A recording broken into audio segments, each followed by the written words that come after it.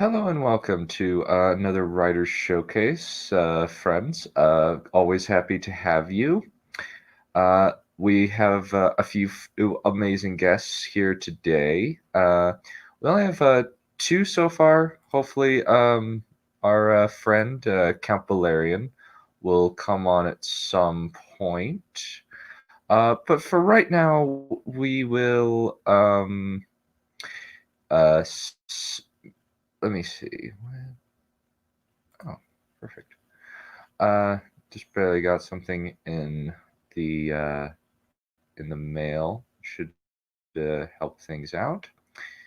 Out 1 second. Anyway, let me say hi to the people in the chat. Thank you. Welcome, Eddie Narrations. Welcome, Becca. New person. Offnix, welcome. Very, very, very happy to see a new face. Ace, Hypatia, Asia Ravenclaw cover of Aya Roska. Welcome. Also welcome to Johan. Hello, Chanthorpe. Nice to see you here. Very nice to see you all here. Always a pleasure. Sure. One moment. I have a few things. First, I need to bring in my guests. So please welcome first. Hey, what do you want to do tonight? The same thing we do every night, Pinky. Try to take over the world. Hello. Welcome, Akos Kovac. Always a pleasure. And after that, we also have our good friend, the Count Valerian.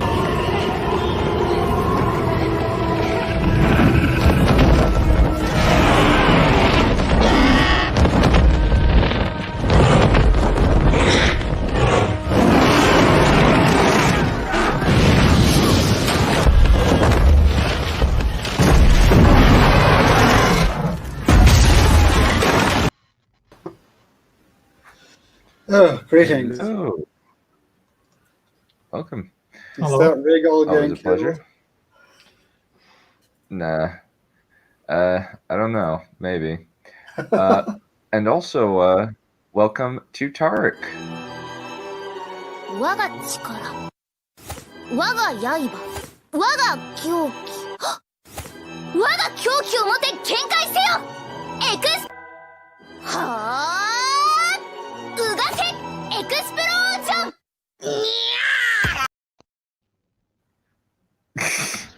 Good afternoon, everybody. Okay. Nice. Forgot. This damn thing working? Yeah, think so. Sorry, I'm not. The mic is just screwing with me. No worries. Oh, I'm glad to have you here. Yeah, different time zones, hard to catch. Yeah, totally understands. Endable. Okay. So, any time constraints that we have to... Count Valerian died. Again. Yes. His internet performance issues. The beginning of the show. Yeah. This is the beginning of the show. So any time constraints that we need to be aware of before he gets it going? Not for me. No, I'm Okay. good. Okay. So, alrighty. Let me... I guess I'll do Akos first, if you don't mind. No, good. Sure. Okay. Let me pull up. So, please, while I'm getting it pulled up, please introduce yourself. Tell us about like how you got into writing, what you enjoy about it, and what like you feel like your strengths as a writer are. I got into the whole writing stuff kind of recently, mostly because of dissatisfaction of what I see in the, in the rest of the auto writing world. Oh, partially that, and partially because I always been the type of kid who looked outside of the window in school, you know, thinking about other stuff all the time. So, was there anything else to the question, by the way? Just like what you feel like some of like your strengths as a writer are. I would say I have more emphasis on dialogue and prose in general. For me, those are a bit more on the primary side because I'm mostly trying to make shorter stories. So I don't really need a very long, engaging plot all the time. That's most of it. Cool.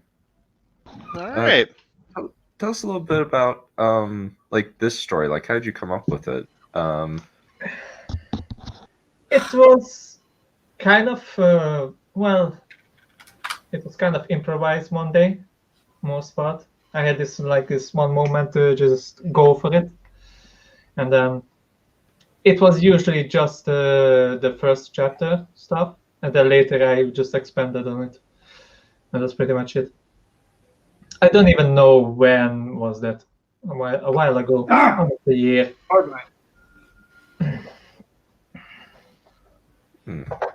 Cool. It's really cool. Yeah, the intros are kind of I just kind of pick them from my assortment. Sometimes people give me some, sometimes they don't. Sometimes I pick one for them.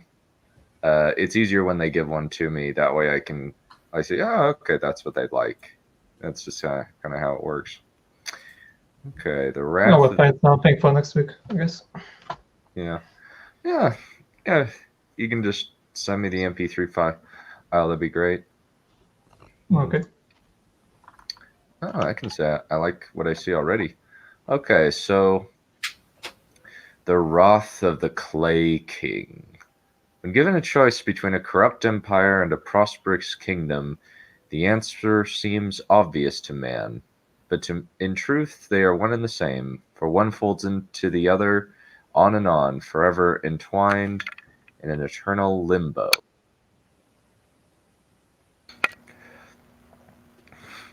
And as the stars walk their nocturnal waltz, so do the walls of glory will fall and rise again and again. And again, and through the tides of time will unmake and remake history. I will remain, and I will remember. Between the plains of Samsara, wrapped in a cloak of everlasting mist, existed an island of particular characteristics. An island levitated a foot above the sea, where space and time was but a plaything of extraordinary powers.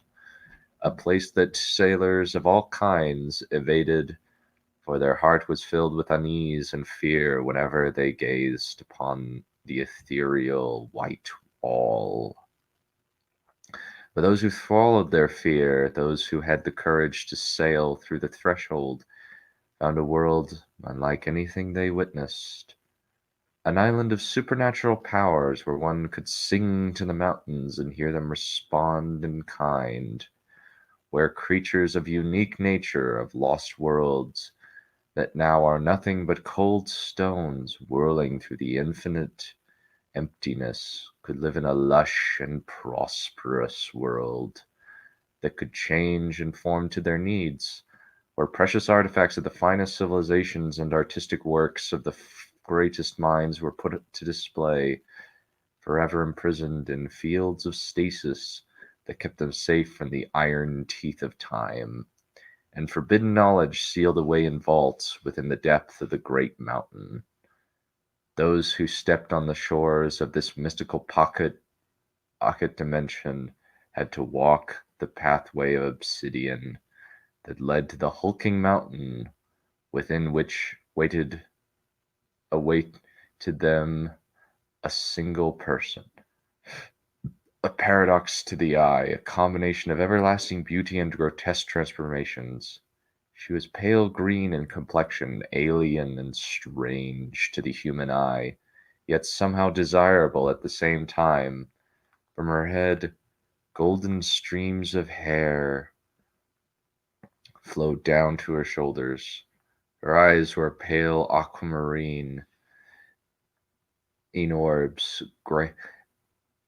elegantly shaped and bright with stoic curiosity and contemplating intelligence. Eyes that had witnessed legends and myths, the fall of gods and birth of realms, malignant spirits, benign entities, monsters and rare dying species. Sees battles between races older than the planets, heroes ill-fated or destined to glory, sickly albinos, scheming sorcerers and pretentious bards, artists and scientists, thinkers and warriors, all that and more. Beneath those eyes, dark reptilian scales melded with the soft, ageless flesh, scales that ran down her shoulders, arms, body, and waist, down to her ankles, and partially covered her body. A skin she was not been born with, but gained through the curious ways of sorcery that required the transformation of both mind and body. Time and again, when brave souls managed to gather the courage and visit the island, she welcomed them in a polite manner, for she enjoyed company. Those who acted in kind found warmness and hospitality. Those who sought to plunder have found a swift demise at her blade. One day she sat at the balcony that rooted out the side of the mountain, enjoying the golden rays of the sun. However, her rest was disturbed by a presence penetrating the fog around the island. At the foot of the mountain, a tall obsidian gate stood open, allowing the natural light to be cast upon the pathway laced with rows of glowing green-hued crystals. The main hall was also lit by such crystals, hung from elevated positions over murals and paintings, levitated in stasis fields to preserve their beauty. Works of art depicting glory, battle, loss, and drama, obscene scenes of desire, or curious abstractions of curious minds. There she welcomed the visitors, dressed in naught but a simple robe of dark silk that formed tightly to her tall, athletic frame, with gold ringlets on her wrists and woven leather sandals. In her hand she carried a sheathed, straight-bladed iron sword, lithe and well-balanced, simple and efficient in design. Her guests approached with proud shoulders and straight posture, though whether it was the result of their arrogance or their pretense had remained to be seen. Theirs was a group of more than 30, dressed in colorful silks of red and yellow linen, golden bracelets and curved bronze swords, and silver-haired spears and great oval shields of iron, riveted with ruby and sapphires. Behind them came a score of slaves, carrying a hulking ornate palanquin of dark wood, shining diamonds and pale ivory. These men were lean and short, their skin like brass, their tapering foreheads grown into shaven scalps that glittered in the light. At the head of this group was a single man, dressed in soft silk robes of vermilion. He lifted his arm, and suddenly the air was cut by the whining of horns. The group stopped some 20 feet from her, and with a great struggle the slaves put down the palanquin, and the man stepped forward on his own. Soon 2 slaves came forth, carrying a heavy chest filled with gold and jewelry. "I am the voice of Queen Hastivara of the Shadowlands. It is my duty to be the intermediate between Her Majesty and the oaths of inferior beings. It is an honor to even glance at Her Majesty's personal transport, you shall behave accordingly. But of course, I will. I am the Voyager. Welcome to my humble realm, she said, bemused and intrigued. For your service, we shall offer this gold, this wealth that can buy you entire kingdoms and armies. That is very impressive, but I have no need for gold, nor a kingdom, nor an army.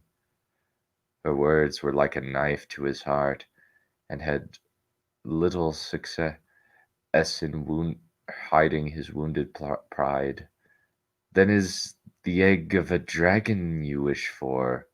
The voice said as the slaves scoured behind him like rodents and brought forth an egg the size of a well-fed bear. Oh, my honorable guest, though I know you do this in good faith, I cannot help but feel disappointed by the banality of your offer. I am already in possession of many creatures, far more endearing, she said coldly, knowing well that her lack of impression was in a sense more offensive to his ears. And lo, one of the men clad in armor and bearing a helm with a plume of peacock feathers roared in anger, "The woman has no respect for our queen." Then he turned toward the palanquin and fell to his knee. "Your Highness, let us defile and torment this wretched she-monster. Let us bring her your head on a shining platter." Pity, the Voyager thought. She expected him to be a touch more disciplined than that. Alas, their journey was in vain, and now they would have to die at her hands. Yet the command never came. There was not a word nor a gesture, only stillness that lasted for many heartbeats. The white curtains parted ways, and a slender figure emerged. A woman. It was a woman of exquisite beauty. Long, dark hair that reached her waist, eyes like a pair of emeralds, and face each as delicate as if forged by a light hand of an artist. Soft skin, soft and dark, and sensuous curves that were barely hidden by thin spider silk garments. "I am Queen Hastivara.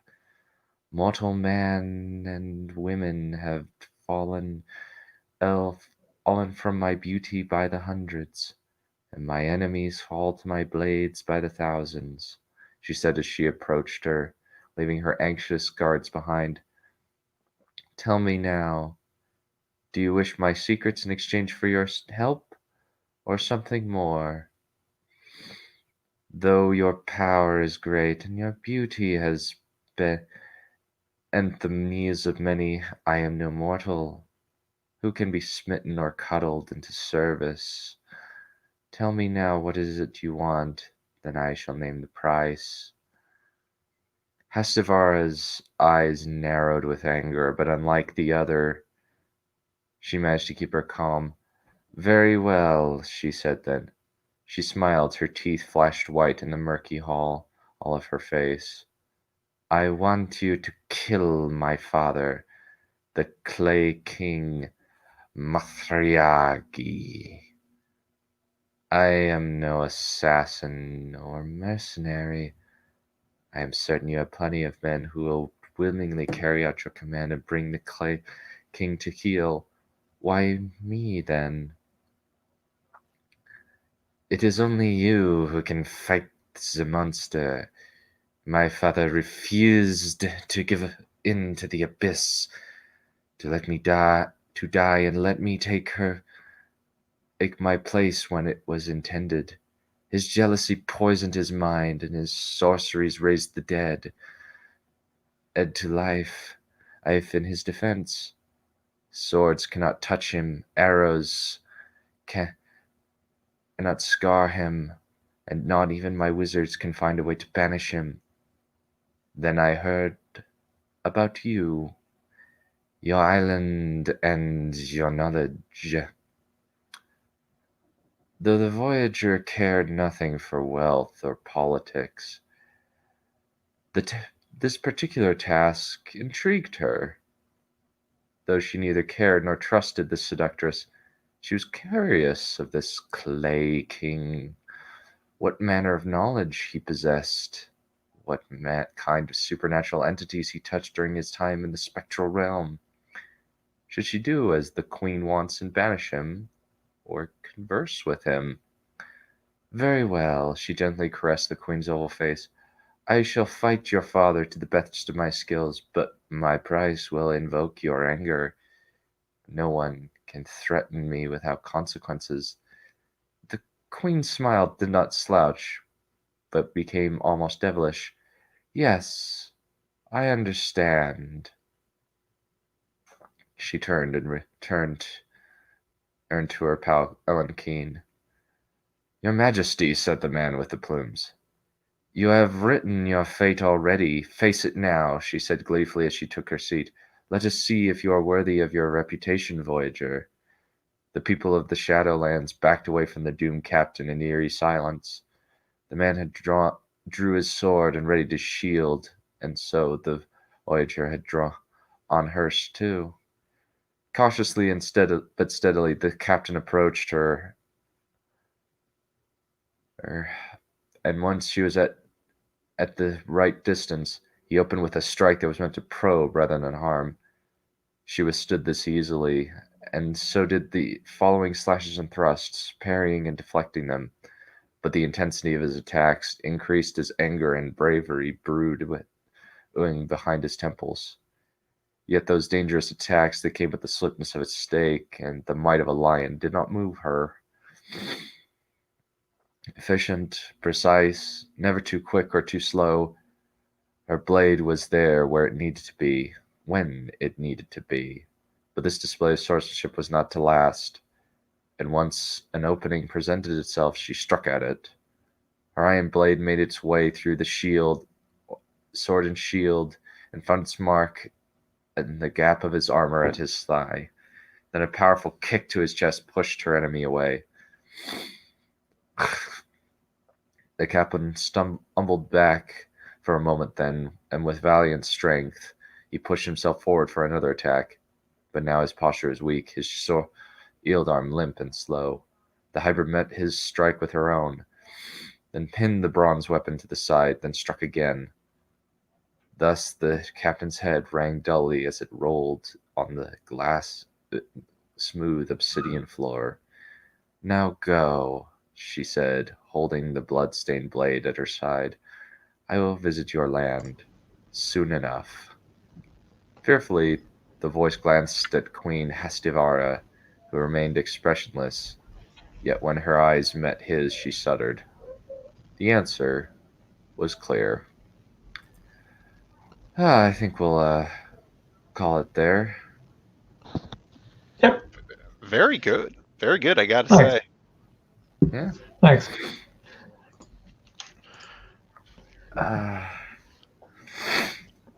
Yeah,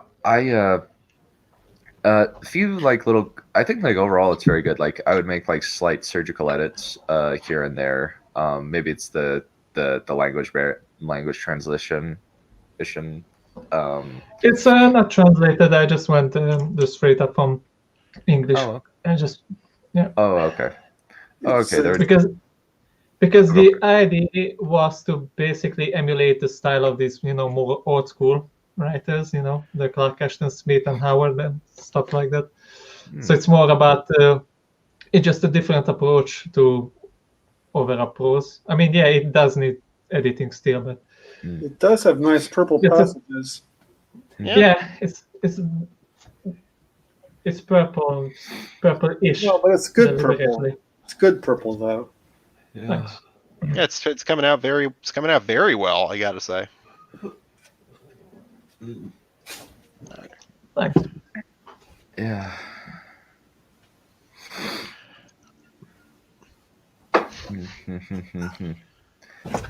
Yeah. No, maybe at some point I'll have to try and get recording equipment. That'll take a long time. But well done, I have to say. Yeah, it's very good. Yeah, this was Akko's work, not mine. Yeah. I think that there's definitely a really interesting like Sinbad type vibe to it, with this really weird island in the middle of the ocean that hovers above the sea. That's really neat. That's what I got from it. It's the main, kind of the home for the character, the main character.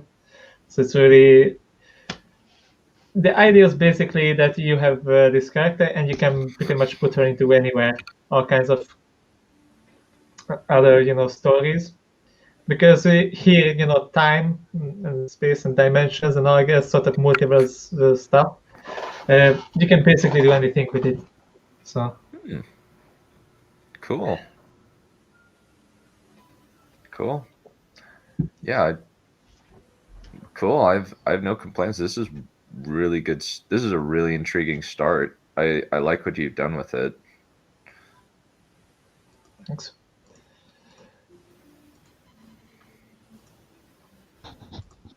So who's on next?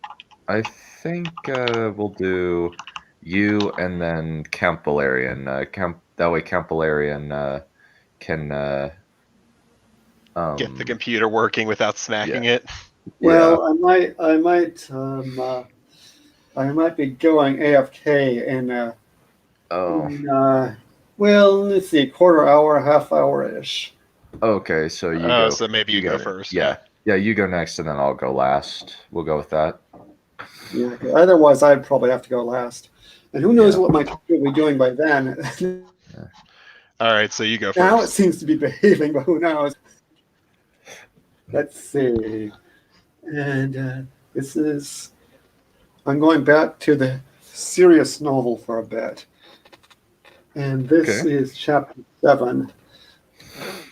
And yeah, the opening is a bit mushy, but what are you going to do? They're coming back to their castle. Okay. As Count Pylamar's barge, the Pile of Fershin, came within sight of Tserthaton, the familiar blue castle with its pyramidal towers and its sculpted saber-toothed tiger on the roof. Oh, wait. Okay, let me start that again. As Count Pylamar's barge, the Pile of Fershin, came within sight of Tserthaton, the familiar blue castle, with its pyramidal towers and its sculpted saber-toothed tiger on the roof, was a balm to Margaret's eyes, and probably to the Count's as well. We should turn one of the towers into a bird tower, though, said Margaret. Her father gave a sad smile and grunted. Margaret's heart leapt as the barge entered through the first floor of the castle and approached its mooring place. And so, after what had been a lengthy journey filled with turmoil, they finally returned home. They had been away for about 3 months, and the things Margaret had seen and heard made it seem far longer, almost as if her life before had belonged to someone else. Nothing she had experienced in Tserthaton had prepared her for the depravity of the court, nor for the viciousness of its politics, nor for the cruelty with which the lords used their inferiors. How, she wondered, does one come home after that? But all that vanished from her mind, at least for the moment, when she saw Adri and her mother waiting for them on the indoor quay with her mare and her pet Funuru. Go down. Page down, come on, page down, page down. La la la. There we go. We shall pass over the reunions, the hugs, the eyelash kisses, and so forth that Margaret exchanged with her mother, Adri. Moraishu, that's the Funuru, the poor creature left into her arms emitting loud squeaking sounds, and her mare, Yerlor. It is easy enough to imagine. We needn't bother either with the exchanges of gifts, save to say that when Margaret gave Adri her clay flower from Barama, The younger girl was ecstatic almost to the point of irritation, and that both Margaret and Audrey were delighted with the gifts their father had bought them in Diane. Margaret promised she would never, ever, ever do anything stupid again. That's more than anyone can promise, except the Holy Karad, said the Count. Okay, page down. Mother, tell me the story of the Crow and the Funuru again, said Margaret, after a brief silence. I feel like being childish. A childish story may yet have truth and wisdom, replied Markaruna. This is probably the 729th time I tell it, but it's still as true as the first time. One day, an old peasant and his wife saw a crow, ... In some ways, indeed, it seemed for the next few years as though life had gone back to the way it always had been, it ought to be. Or so Margaret tried to persuade herself. The puppet plays and walks in the woods resumed, although Margaret now preferred riding to walking, both because she had missed her horse and because she felt safer on horseback than afoot. As the years went by, the holy days followed each other in due season, as they always had. The beech trees bloomed in spring, and the crepe myrtles blossomed in summer. The parrots and hummingbirds sang, the tree kanwaris honked, the otters fished, and the ducks splashed around as they had done for years, nay centuries. Margaret continued her lessons in Turanian and music and studied the Waramod with the expected diligence. She practiced her water drum again, though Audrey had by now far surpassed her in that art, and also sang beautifully. Played the fikara, a complicated instrument containing one set of strings stretched across another set. The only fikara in Ichalamu, but things could never be quite the way they had been. Not after the slave market and the imperial court.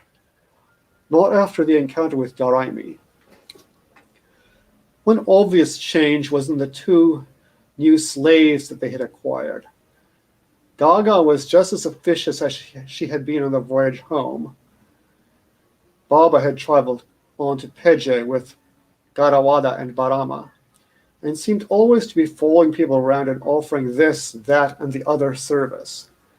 Luckily for Margaret, she was more likely to importune the Count than her. She seemed particularly eager to serve as a courier when she didn't get it into her head that he might want a Sarangi. Failing either of these, she would volunteer to serve as Margaret's handmaiden. She kept trying to elicit confidences, as if she and Margaret were best friends. Subtlety, thy name wasn't Gaga. Why you not marry Tamala? Governor, he powerful. Why do you concern yourself with whom I marry? You like emperor? Why do you ask? This is a loyal castle. Go away, I am busy. Thavdath, the slave Margaret and Barama had rescued from the cruel Duke of Sombema, was of another sort. She volunteered little information about herself, but asked even less. Margaret managed to glean from her that the Duke Daraimi had done horrible things to her, but Thavdath would give no details. Not for child ears, she said. For all that, she served Margaret with devotion. The only annoying thing was that Thavdath would at whiles prophesy about Margaret's destiny and future fame. Margaret wasn't feeling very ambitious just then. The one bit of advice Thavdath gave her mistress was that she not trust Gaga. Margaret needed no encouragement, as by now Gaga's officiousness had gone beyond annoying and into the category weird. Let's see. Lady not trust her, she spy. She asks too many questions anyway. Gaga, for her part, viewed Thavdath with ill-concealed hostility and called her dumb northern slave. Dumb northern slave not know how make bed. Thavdoth didn't deign to respond. However much Margaret wanted to forget the future, the letters that ever and anon came from the imperial court, in which Pylamar scrupulously shared with Margaret, were a constant reminder of the peril that loomed over her. The first letter, which they had received upon leaving the court, had been more than alarming enough. Page down.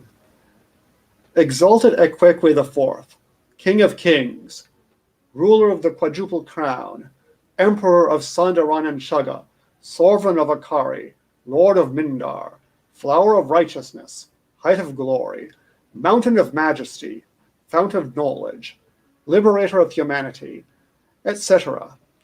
To great one Count Pylamar of Tserthaton and his fair daughter, the Lady Shirumbawaga, which is Margaret, of the Counts of Tserthaton. Greetings and blessings. In light of the beauty, charm, virtue, in light of the beauty, charm, virtue, and wisdom of Great One's fair daughter, the aforesaid Lady Shirumbawaga, and in recognition of the services Great One has rendered to our exalted bulks, Exalted is pleased to welcome your fair offspring, the Lady Shirumbawaga, back to court at such time as may be chosen. For the poet has written, Hamu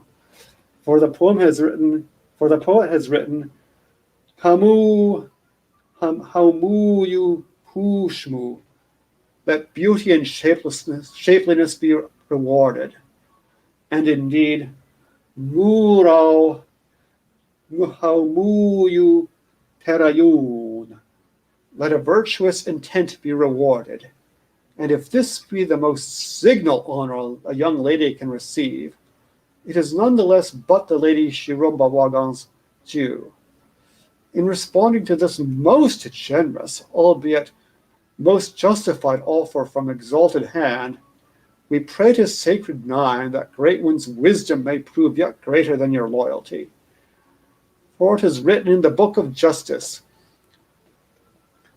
Atya Mangurunra Mayai Hrunra, or in the Sandaranian, to the benefactor one owes one's soul.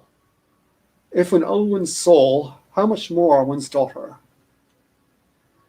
And page down, la la la la la. I think we're going to stop there anyway. The blessings of Sacred Nine upon Great Ones. Okay, we'll stop there. Okay. But I might, if you like, I can show you a picture from my parody novel. Oh, nice. I do like, so like a lot of people would like to see text samples on the screen. What the? So what are your guys' thoughts? Like, I think this time, just so that like it would just be me sharing sharing my screen, but yeah. So you want a text sample of that letter I just read? Yeah, I guess. Well, it's just like they would like to see like while they're reading out the bits so they can follow along. Like, I guess. Yeah, that would certainly help with. I'm not against it. It's just that mine are all on a Google Doc, and I have all these things in the annotations. Yeah, it kind of looks would kind of look a little bit messy, I guess. Yeah. Okay. I think like if I were to do this in advance, though, I wouldn't mind it. It's just I would need to really clean it up. Yeah. Yeah. My thought is like if I would do it this week, it would probably just be me doing it. Yeah. Okay. There's a question in the chat about page down. What that means is I'm hitting page down and I'm waiting for the thing to go down. And sometimes it's quick and sometimes it takes a while because this computer is rubbish. Yeah. I gotta say though, some of the names you were reading out, Jesus Christ, how many syllables? Not syllables. How many vowels were in some of them? Well, Sandaranian does have a lot of vowels. Okay. Garawada. Garawada. Because they can't say, it's from Turanian, but they can't say Garawad because Sandrinian has a strict vowel final syllable structure, so all the syllables have to end with a vowel in Sandrinian.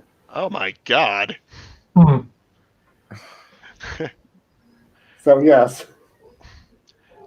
All right. I just make my names up on the fly, kind of. Yeah, all these There is this site behind the name .com. That's a pretty good place to check out what the names mean. What kind of all kinds of names, all kinds of nations and languages. I've used that site so many times, especially for the book I'm writing, just because it's very named focus, if that makes sense. There's a lot of emphasis behind names. Well, some of the names are based on religious traditions, like Garawada, and some of them are they have meanings in the language in which they're written. Like Pilamar means literally saber-toothed tiger's heart. It's just kind of lengthy in English. So just call him John. Joe and Bob and Pete and Bill. You know, it's always going to be a wonderful story when there's a Joe in there. Like, you're going to remember this story. I'll just name them all. I'll just name them all. Yeah, I'll name them all Dave. 20 people name them all Dave. Or Gaga. Yeah, you want to look at this picture from or Gaga. Or good old Gaga, which is just like am I the only one who can only think of Lady Gaga when I hear that? No, I thought the same thing too. You're probably not the only one. You're probably not the only one. It's a kind of an unfortunate name, but hey, what are you gonna do? Yeah. Alrighty. I believe it's our friend's Tarek. Unless Count Valerian has more stuff to read, I believe it's Tarek's turn. How do we want to play this? I was just gonna share a picture of the elves from my parody. If I can do that really quickly, if it takes more than like 1 minute or so, then I'll just tell it to hang itself. But it shouldn't take that long. Yeah, Tarek, do you want to get ready in the meantime? Yeah, I have it. I have it ready and everything. Would you guys mind if I do just a little bit of background on this, on what I'm going to be reading today? Because yeah, go for it. All right, I'll wait till Valerian's done with his thing first, just because I don't want to lose the flow, if you get what I mean. Cool. All right. Yeah, I'm just trying to. Half a second, sorry. Is this thing going to work properly? That's not what I want to do. I don't know, for some reason it's I don't know why this thing isn't working. All right, never mind. Maybe I'll see about it while he's reading, and maybe I can get it to work. All right. Okay, so I guess it's my turn then. All right, so today I've mentioned this before many times, but I've kind of been working on my first book for the last, I want to say 2 years, maybe a year and a half. I started in 2019. Nothing concrete, just the planning process. Bought like this red notebook, wrote a bunch of descriptions down, characters down, locations. And what's funny was that the story I'm going to be reading today is called The Shadow of Tyrin. This has been a passion project of mine since 2019, like I was saying. The thing about that is it started initially as a character I wanted to play in Dungeons and Dragons. I wanted to play a rogue who was what was it? I wanted to play an arcane trickster. I wanted to play a mage rogue hybrid. And I was building the background for the character and everything and all that. And the game never happened. Like, it's sadly to say, it just never formed into anything, and I never got to play the character. But I didn't want the character to die, because I said, I'm liking this. I like where this character's going. I like the world I'm building for her. I want to see what else can go on here. And since the pandemic happened in March of last year, just kept working on it. And then in May, I started writing more and more and more. And now currently I'm at 251 pages and 78,000 words, and I'm still not out of like the first third of Act 2. This is something I've become so passionate about and love, and I will die before I see this thing not finished. I'd rather die than see this thing die, if you get what I mean. So I would like to present to you guys the first chapter of The Shadows of Tyrin. Okay. Aviana's eyes fluttered open as she felt a burning sensation on her face. She watched as a cascade of white flakes fell from the hole in the wooden ceiling above her. The hole revealed the cloudy night sky from which the falling snow was descended. It was dark and cloudy, without a moon or light, or sorry, not light, stars outside. She let out a frustrated cry and knocked an empty glass bottle off of her balcony, sending it towards the ground floor, where it shattered on impact and sent a group of rats scurrying away, squealing in fright. She wrapped herself back up in her burlap bag she was using for sheets, her body shaking and shivering as she attempted to squirm out of the way of the hole. The entire building was in dire shape. Holes in the roof, collapsing beams, rats scurrying on the ground floor and the rafters. The first floor was nothing but a stone-cold floor with crates long forgotten, with stairs that led to a second-floor balcony. The balcony which she had made her home wasn't in the best condition either. The wooden scaffolding was starting to rot, with planks missing, and most of the wooden crates were destroyed due to exposure to the elements. As far as Aviana could tell, the building was a storehouse, once used to store produce and grain, which had been forgotten. The neglect had resulted in a horrid odor of rotting produce that made squatting almost impossible. It had taken her about a week to remove all the rotten fruit and grain, yet the smell still remained, even just in a more subtle form that she had gotten used to, but would occasionally cause her nose to twitch. However, it began to look like all of her efforts were for nothing. She wasn't an architect or a woodsman, but she had enough sense to know that a swaying wooden beam isn't a good sign. What am I supposed to do? Spring is still a ways away, and I don't think this building is going to survive that long. Aviana thought to herself as she curled into a ball, holding her potato sack tightly against her. Suddenly, a harsh winter wind blew through the hole as the warehouse or the storehouse began to start teetering slightly, causing the balcony to shake and shudder. Tears began to drip down her cheek, stinging her face as she began to sob to herself, the wind's howl echoing around the storehouse. After a few moments, the howling died down and she sat up again, her throat dry from the cold air and sobbing. She reached over for the wooden bucket she had found when she had arrived. Thankfully, it was still in usable condition. She put her hands in the bucket and yelped as they broke through a thin layer of ice and plunged into the frigid liquid. It burned, but she persevered and pulled her hands back to her face, taking a sip out of her hands. The water stung her lips and her throat, yet it gave her a refreshed feel as she drank. That being said, her hands were now as cold as the water, and she put them near her face and began panting against them in an attempt to keep them warm, her breath visible in the air. She put her hands down and looked into the water bucket and saw her reflection staring back at her. She was a young girl, honestly just a bit older than a child. She didn't know her exact age, but she knew she was slightly older than 11.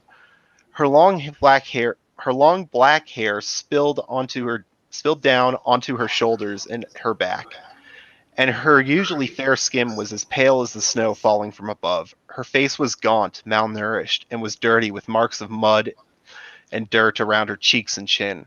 Her body was frail and weak, and looked as though it wouldn't take more than a strong gust of wind to knock her over. She was wearing the same dirty, stained, woolen white long-sleeved shirt and brown pants and boots she had worn the day before. Though the clothing did little to keep her warm, mercifully she was able to find wool socks and undergarments on an unsupervised laundry line. Aviana frowned and shook the bucket, causing the image to distort and turn away before it could reform. It was then that her stomach began to growl weakly. It had been a while since she had last eaten. She pulled a small cloth knapsack from her hiding spot in the burlap bag near her feet and rummaged through it. There wasn't much, just a small bit of cheese, a few morsels of stale bread, and finally a few scattered pieces of jerky left. During the summer, it was so much easier to get food. She would normally sneak out to the farms just outside the town's gates and take some of the produce growing there. It was dangerous, as the farmers were far more cautious in the summer. They would hire extra lookouts during the nights for people to to keep watch for people like her. However, she was usually able to still sneak around the outside of the farm and pick a few things before the lookouts would even know she was there. This year wasn't going to be likely to happen. It was the year of the blue magnolia, so even that option probably wasn't going to be available. She had heard rumors, though, that since it was that the blue magnolia, some of the farmers were going so far as to hire mercenaries to watch over the crops in the coming year. Aviana took one of the pieces of bread and munched on it as another powerful gust of chilling winter wind howled through the holes in the roof and through the alley, causing the storehouse to shake again. Aviana shivered and whimpered as she attempted to wrap her burlap sack around her tighter and placed her head down on the cold wooden floor. Hopefully tomorrow she would be able to find some kind of work for the day, something enough to give her dharma for a warm meal. She wrapped her knapsack back up and placed it again. She wrapped her knapsack back up and placed it near her feet again and closed it. She then closed her eyes and curled back up into a ball, hugging her legs with her hands as she drifted into slumber, the thought of a hot meal keeping her warm as the cold became a fading memory. The next morning, the skies were clear. The dark clouds and snow flurries from the previous night had left, leaving a clear blue sky and the rising sun unhindered. However, the chilly winds still hadn't left, and were only slightly weaker than the night before. Aviana wandered the cobblestone streets, her feet leaving a trail in the snow as she traveled down the road. The street was quiet this early in the morning, with very little foot traffic, only a few pedestrians dressed in various furs and heavy coats wandering the streets. Aviana continued her trek, keeping her arms wrapped around her body as she shivered in the cool air. The sun had offered some relief and felt somewhat wonderful. However, the strong winds continued to battle against that relief. She eventually arrived at a large building made of wood that resembled an oversized barn. The building was massive and took up about 2 city blocks on the north. 2 city blocks, sorry. On the north end of the building, there was a large door that could be opened to allow horses and carts that was closed for now. Aviana circled the building until she saw a couple of people walking into a much smaller door on the western side. She followed the people into the building and felt her boots leave the cobblestone and now stepping on a dirt floor. Inside the building, there was a massive amount of stalls, all lined up and down the entire building. Many of them sat empty, while others were getting set up for the day. They were displaying things such as clothes, weapons, farming equipment, and other such goods. She could also see stalls offering less practical items, such as furniture and animals. Aviana walked along the south side of the building, near the large wooden doors. However, she was stopped in her tracks when she came across a stall stacked with books on the counter. Many of them were old, their pages yellowed, their covers beginning to tear or in tatters, and the lettering having long since faded away. Yet the one book that caught her attention appeared to be in much better condition. It was an orange book with a green feather on the front that looked as bright as day as the book was printed, or as bright as the day the book was printed. Aviana gently picked up the book and stared at the cover. She couldn't understand the symbols. She just liked looking at it. It was neat to see. It was a wonderful sight. She then began to thumb through the paper of the book, which revealed bizarre diagrams, illustrations, and with notations along the sides. It was fascinating to her. She slowly flipped through the pages, trying to absorb what she could. "Put that down, you rat!" Aviana jumped as she heard a harsh male voice and closed the book, holding it closely to her chest, not wanting to drop it. She looked up and saw a big, burly, balding man with graying brown hair and a short graying beard looking down at her. His face was scrunched up and clearly angry, growling through his teeth similar to the way a dog would. The man wore a long black robe with a hood around his neck. Aviana whimpered and gently put the book back on the table. Forgive me, I just wanted to see it. Every syllable in Aviana's lips were drenched in fear, her legs shaking. She turned and saw several people in nearby stalls looking at them, almost giddy to see how the stallman would respond. The man's attention turned to these other stall keepers, and he scoffed before waving his hand down. Back to your business. There's nothing to see here. The other stall keepers went back to their business as the man turned to Aviana, still annoyed. We've been through this before, girl. These are not for you. These are for the black scholars and people who can read and pay for them, not illiterate savets without a dharma to their name. I know, I'm sorry, Darrow, Aviana said, looking down at the dirt floor, feeling her heart sink at the word savet. Darrow ignored her and began flipping through the book, as though checking the pages for something, as Aviana quietly withdrew from the stall. Aviana kept her head down as she walked down the aisle to a stall with produce displayed in the front. It was a relatively large wooden stall, at least 3 times the size of Darrow's, with a white sheet covering the back, no doubt hiding the cart that was used to bring the produce here. The counter and around the stall was stacked with cartons of carrots, beets, lettuce, cabbage, onions, pears, apples, and an entire harvest's worth of food. It was incredible to see, especially since all of these had gone out of seasons months ago, and yet all the food on the stall looked like it had just been picked today. Aviana heard rustling from behind the stall as some boxes were moved, and someone came out from behind the curtain. A middle-aged man appeared, bringing another box of apples from behind that curtain, revealing a large wooden cart with even more crates filled to the brim with fruits and vegetables. The man was a bald man with dark tan skin and a rugged face covered in stubble. His broad shoulders and large arms were somewhat hidden by his thick wool coat, although one could see that his hands were large based on the size of his gloves. We're not open. Come back later, the man said in a gruff voice without even looking in Aviana's direction as he put another box down before heading behind the sheet again. Seraph, listen, I need... Aviana began as Seraph came back from behind the sheet and put another box down. I told you, we're closed. Come back later, Seraph said, annoyed, not even looking at her as he disappeared behind the sheet again. And excuse me for just a minute, I just need a sip of water. Okay. Aviana sighed and took a seat on an empty crate as she heard Seraph begin counting what she assumed to be the crates on the back of the cart before he came around front again, and began counting the crates on the counter and around the stall. After what felt like an eternity, she saw him marking something on a piece of paper before placing that paper in a pouch hanging on the stall's frame. During that time, the once empty bazaar had become a bit more lively. More people were starting to set up with either homemade goods, guild-made products, and even a few foreigners trying to peddle some oddity or the other. Okay, now what can I do for... Oh, it's you, Seraph said, rolling his eyes with a bit of disdain in his voice. I'm sorry to bother you, Seraph. I was wondering if you had any deliveries I can make today, Aviana said timidly, never looking him in the eye. I can't keep giving you work. If you're so desperate for employment, go and become an apprentice, Seraph said as he arranged his wares so that each piece of produce was straight and presentable. You know that no one will take me, Aviana cried out, frustrated, lifting her head up to look him in the eye before lowering her gaze again. Seraph shook his head and sighed before looking into Aviana's eyes again with a stern expression on his face. I have one order that needs to be delivered. I will give you 2 dharma, but that is all. Honestly, I shouldn't have been giving you that much. You're not worth the trouble. I'll do it. Just tell me where to take it, Aviana said excitedly as her face began to lighten and a wide smile graced her lips. Seraph took a burlap sack from behind a counter, began to fill it with different fruits and vegetables, and tossed the sack to Aviana.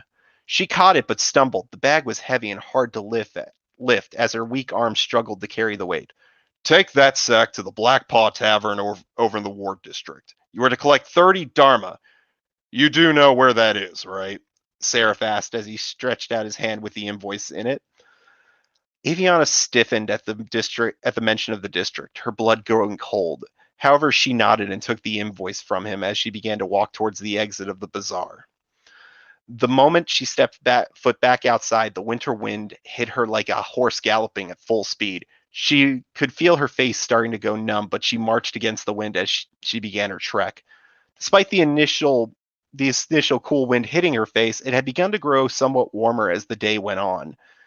As she wandered through the streets, she noticed that the foot traffic had also begun to pick up from the early morning. More and more people were starting their daily routines. People were going in and out of stone and wooden buildings that lined the streets, carrying items or bags, and or talking with each other about business off to the side. Aviana ignored all of them and made her way out of the trade district, crossing the bridge over the Melkor River to the Wards district. The Ward district was never the most wealthy area of the city. It had primarily served as a residential area or a residential quarter for the crafting guild members, with a few strange and curious places sprinkled in. It was never the cleanest or most pleasant area of the city, but it was at least habitable. That was until 3 years prior in the summer. The wards had been invaded by a battalion from Lareth. The battle had destroyed much of the district, leaving many homeless and many more dead, some of which were never recovered due to a lack of resources. The battle for the district lasted for about a week, the fighting never ceasing. Even the trade district and noble district weren't spared, as at several points, the Laretans' line broke through the defensive lines and bled into the rest of the city. The battle was only finally won when reinforcements arrived from Karen in the east, and the city's guardians were able to back the invaders out of the city.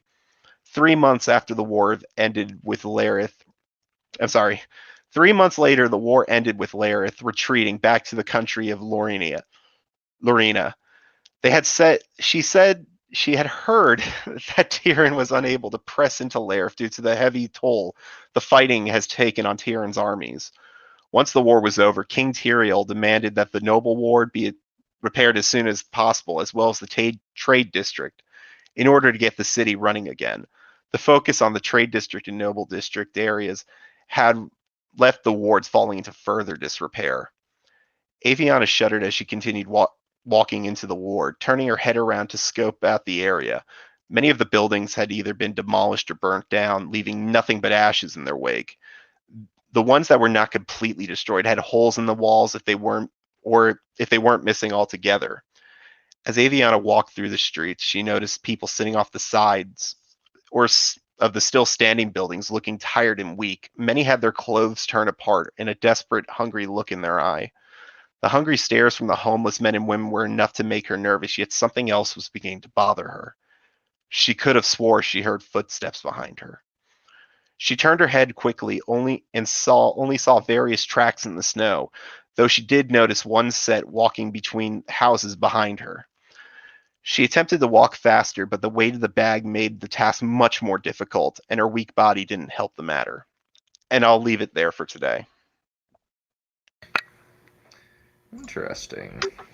Nice. Definitely getting like a Vin or what is it? Aladdin vibe from this Aviana character. She's the typical orphan archetype, but the thing I'm trying to do with her, and I know I show this a lot more later on, is that her biggest characteristic is ironically her pride. Like, Civets in this world are, and I'm only explaining this so you can get an idea of this. A Civet in this world means you have no family, you have no title, you have no rank, you have nothing. No one to speak for you or to speak up in your defense. So what that means is that people are not likely to hire you because there's no one accountable to you. If you have nothing and something goes wrong, you have no recourse. If you get what I'm saying. Still what? European time zones? It's a fact. It's not just... Wait, a what? fact. Right. So- the time zones are the problem. So, basically, this young lady is too poor, but the fact that she's poor also means she can't get a job, so she can't get. No, it's not due to her being poor. What the issue is that she has no one to speak for her. Nepotism is a big thing in this world. That's the thing. Like, it is truly one of those worlds where it's like, it's not what you know, it's who you know. So no one's willing to give her a chance because, let's say, she ruins an order or something, and she is an apprentice. Well, it's not like her family could pay back for the order or anything because she has no one to take that liability, if you will. It's far more of a matter that when she was born, no one knows where she came from. Therefore, according to the culture of this world, no, she doesn't matter. That's the thing. She just doesn't matter. So basically, the most realistic fantasy so far. I'm trying so hard to make it like this real world where you could see somebody falling through the cracks of civilization. Like, they know she exists, they just don't care. There were people who did care for her, though. At one point, she didn't just, grow up on the streets, this badass little orphan. She had somebody watching over her, but she's kind of lost everything. Before the book started, her orphanage burned down during that siege. So the person taking care of her, most of the children she knew, all dead. Neat. Ouch.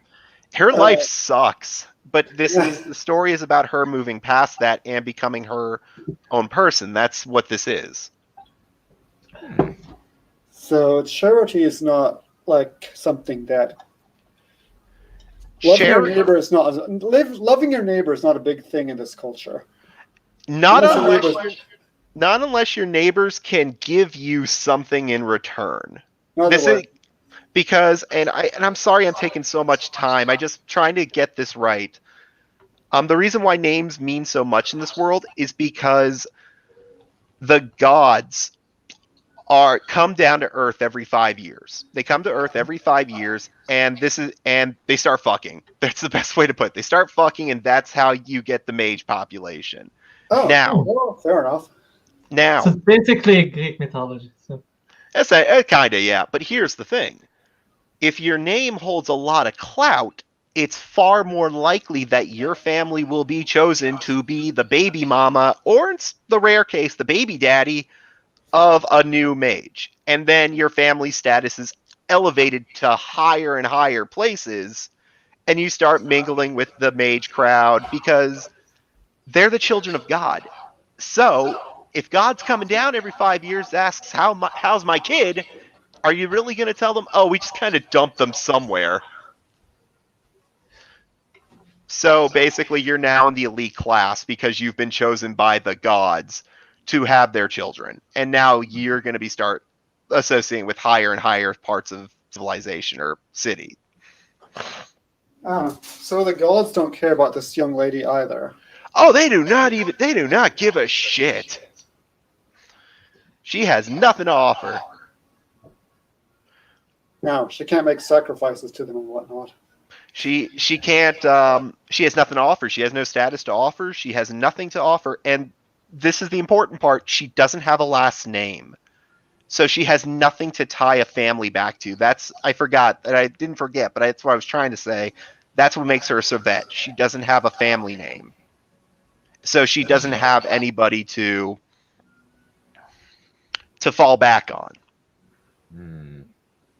I see. So this story is her growth as a person to become her own person.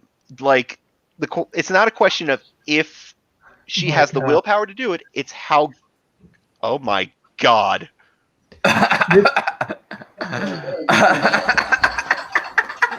Oh, that.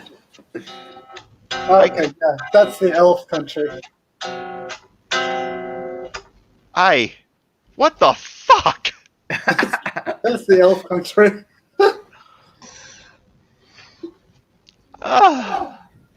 Is that the bleach? Kill it with fire?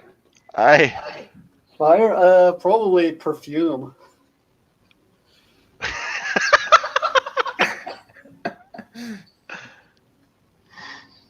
Oh my God. Yeah, Is that that's a Bozo? on the right, yes. Is that a JoJo reference? Who what? No, I Is don't that a think it's a JoJo JoJo. reference? And that's those people on the right. On the left are elves, dwarf down there, obnoxious warrior, hearty chap, wizard druid chap. Kill it. Yes, pretty much. That's The hilarious. point I was trying to make Yeah. though is that the story was her surviving like what she's willing to do. I'm sorry, I am fucking floored, man.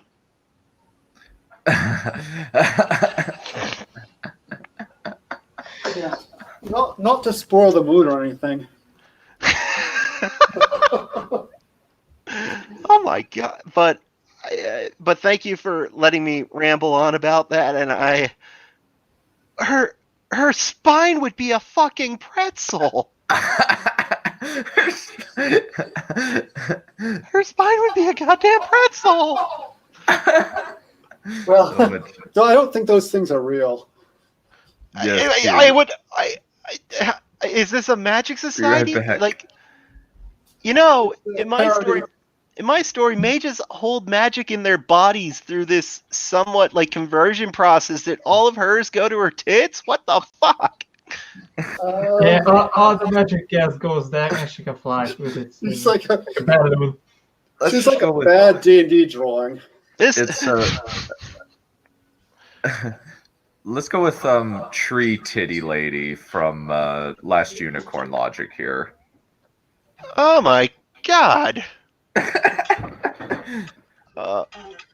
If I actually got some from Mothmaster actually, I commissioned some artwork from him for the character of Aviana. If I can find it, mind if I share it? Go for it. By all means. If I close my eyes, it doesn't exist. If I close my eyes, it doesn't exist.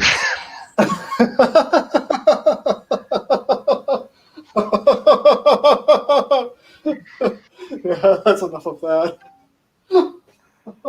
She would have to be strong to carry those.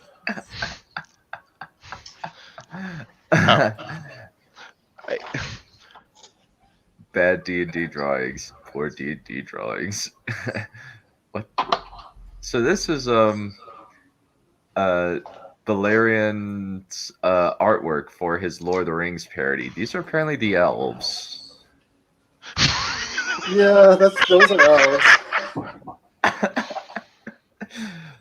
Is this better or worse than Kirk Cameron Saving Christmas in terms of religious experiences?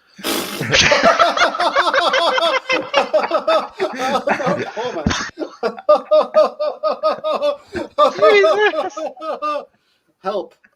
I don't know. At least this one isn't telling me that Santa Claus is gonna kick my ass. It's just telling me that this woman's gonna smother me. Yeah. Or this woman is going to be very, very easy to kill because her organs are on full display. Oh my god. I found. I found that picture. Can we get this off screen for Christ's sake? Yes, you can take that off anytime you want. All right. Yeah. What do I do? I'm done with that. You just share your screen and then I pull it up. Okay, hold on.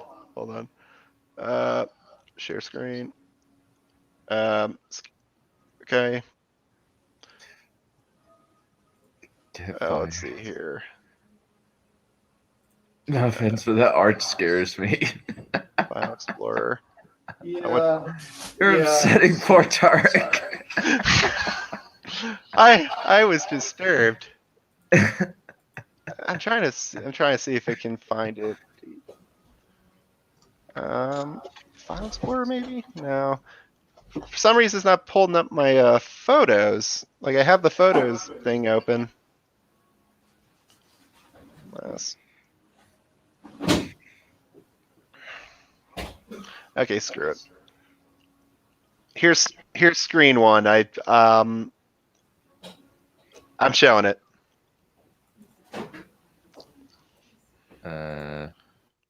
This one? Yeah, that one. Oh, nice. That would be her like fully grown. By the end of the first book, she's supposed to be about 16, 17 years old. She's gone through her trials, and now it's sort of like, okay, basic training is over. Book 2 is now, here's your first real assignment, or rather, here's your first assignment on your own. Cool. Yeah, but a Mothmaster did that for me. Oh, sweet. He's a very talented man. Yes, he is.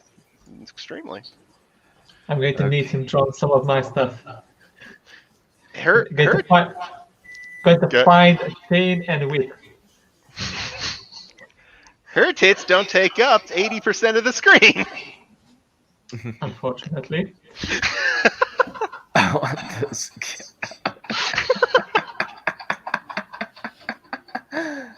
Oh, that's funny. I love it.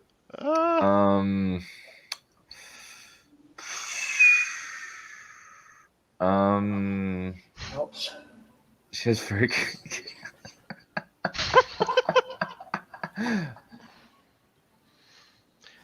to answer Becca's question that they asked, does Mothmaster ever stop drawing? 1, I don't think so. And 2, he is really fast. He did that. I think I paid him, and then 15 minutes later, he gave me the line art. Wow. Yeah, and then that's impressive. And then 30 minutes later, I paid him the other half, and he was done. Wow, he transformed into me? That's impressive. What? Who transformed into Don? Well, and then he was done. He said he was done, and I had to make horrible, terrible Joe. Okay. Oh, I see. Fair enough. We're all done, I guess. No, it's just No, it's just funny. because you are witty and funny, and we like you.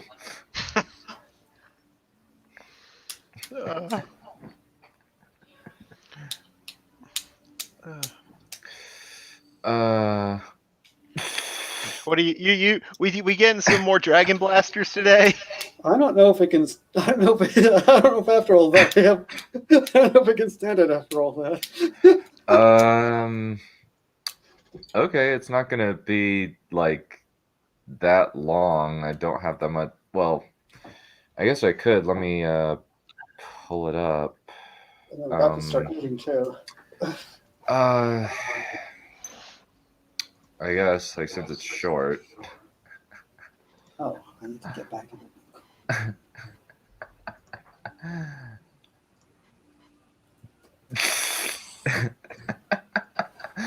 Don't do it. I am never going to be done with Bad Punch, for that is my identity, and who are you to deny me my identity? Yeah. That's the spirit. Yep. Okay, let me... So, for context, where we left off was... So, Damien Willard, yes, his parents are big fans of The Omen. That's where they got the idea for the name. And his sister Michelle have played a weird demonic video game that is turning them slowly into different people with different appearances, including growing out her hair to like waist length in the matter of 4 hours. His hair from like red, like ginger, to shiny black and red. And a few other teenagers are having to deal with this kind of problem as well.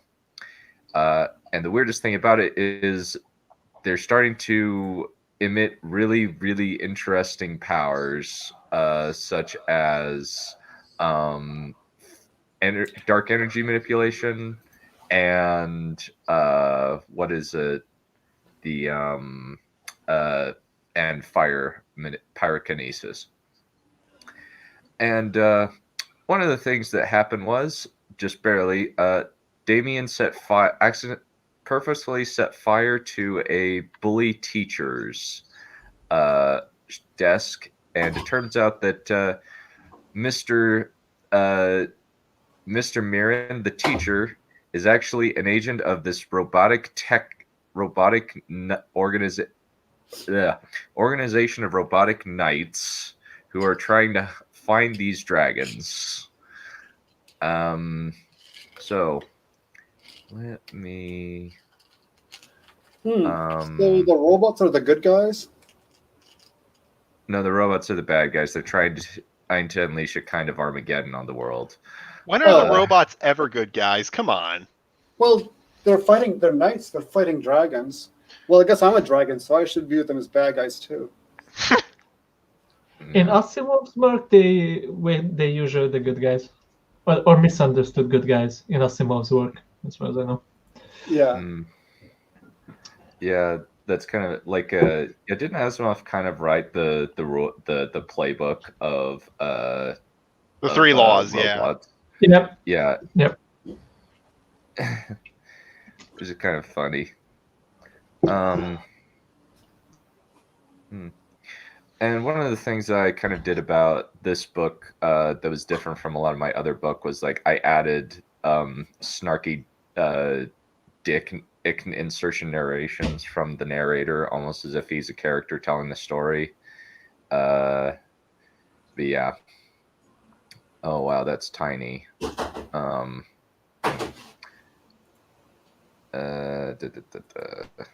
Yes, that's one of the problems of sharing the thing on the text on screen is because it's tiny. Tiny. Well, not Skynet, but medieval. They're humans So with it's mech Steamnet. armor, more like Iron Man, I guess, than Skynet. So it's Steamnet. Yeah, Steam. Okay. Oh wow. Let me see. Oh crap. Another problem with sharing. Actually, I'm not going to share the screen. This is actually like really screwing with things. It's at least like I can't like scroll very well and share the screen. It's very frustrating. Usually I'll just read it off my tablet or my phone. And it's a little bit easier because my computer is not a good piece of equipment. It's the bandwidth. It's terrible. Let me pull it up.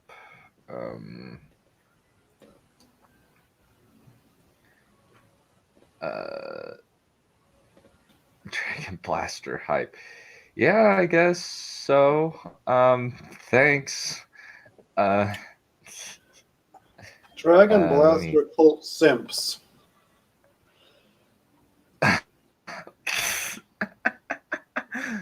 Well, hopefully it's not terribly mediocre, and I'm not a girl, so... Yeah, I don't know.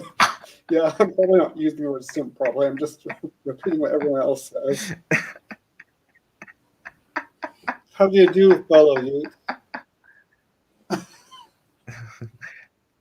do you do, fellow kids? Yeah, pretty much. Yeah, let me so, and where we left off, Damien just barely turned into a dragon. As far as I've shown my face on screen. If I'm a girl, I'm a friggin' ugly looking one. Oh no. Oh no. That might be true. Also, my voice is really, really deep, so not exactly like, and also like I prefer the words. Maybe you're Odetta. Although I think she's dead. So it's in short, it's DBZ. DBZ. Oh, Becca. Nonsense.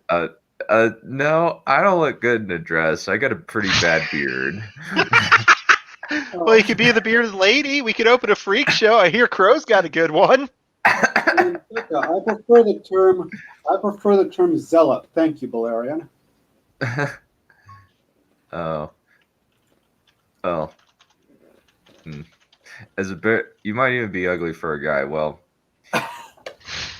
I've shown my face, so there you go. Aw, see? That's a face a mother could love. A blind mother. Nope, no, not really.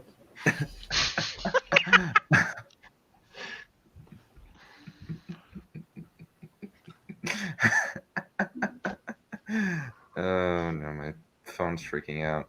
Let me fix it. Close it. Pull it back up. Technical difficulties.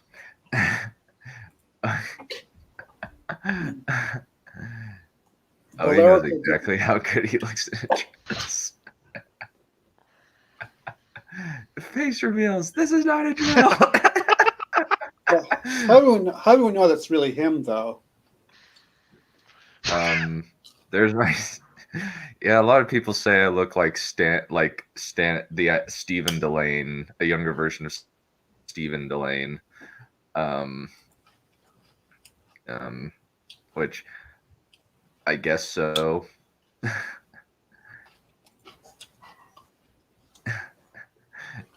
Beards, long hair do not count. They give you unfair advantage.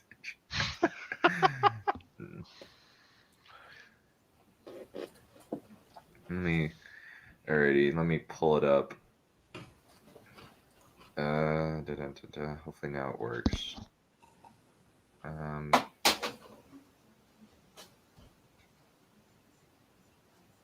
Okay. So, all right. Damien opened his mouth and attacked the robot with a stream of black fire. The robot countered by sending out his absorption tentacles. The floor shuddered as the two forces collided. The shockwave sent both of the combatants reeling through the walls. The first thing Damien was aware of was the screams of terrified school kids that assaulted his ears, and the horrible sight of the robot's hand and in his face. It grabbed his head and threw him across the hall. Damien fought back disorientation and stood up. This bucket of bolts had messed with the wrong kid. He opened his mouth and fired a stream of fire. The Mechlord raised its right hand in a defensive stance, and the flame vanished as it hit the arm. Damien charged. He knew from the game that the robot's weakness was the rotating ball in his chest. And as an added bonus... Oh... My phone is being stupid. What is wrong with this? My phone is being dumb. Yeah, I'm the one who's meant to have technical difficulties, not you. Yeah, well, it's partially my fault. I don't know what is. Oh yeah, baby.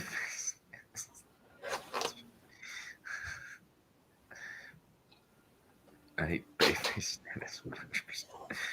Oh, that's kind of you to say. Stephen Delane is a very attractive man. Yeah.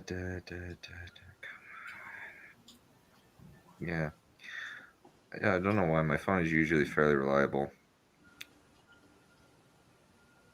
Able.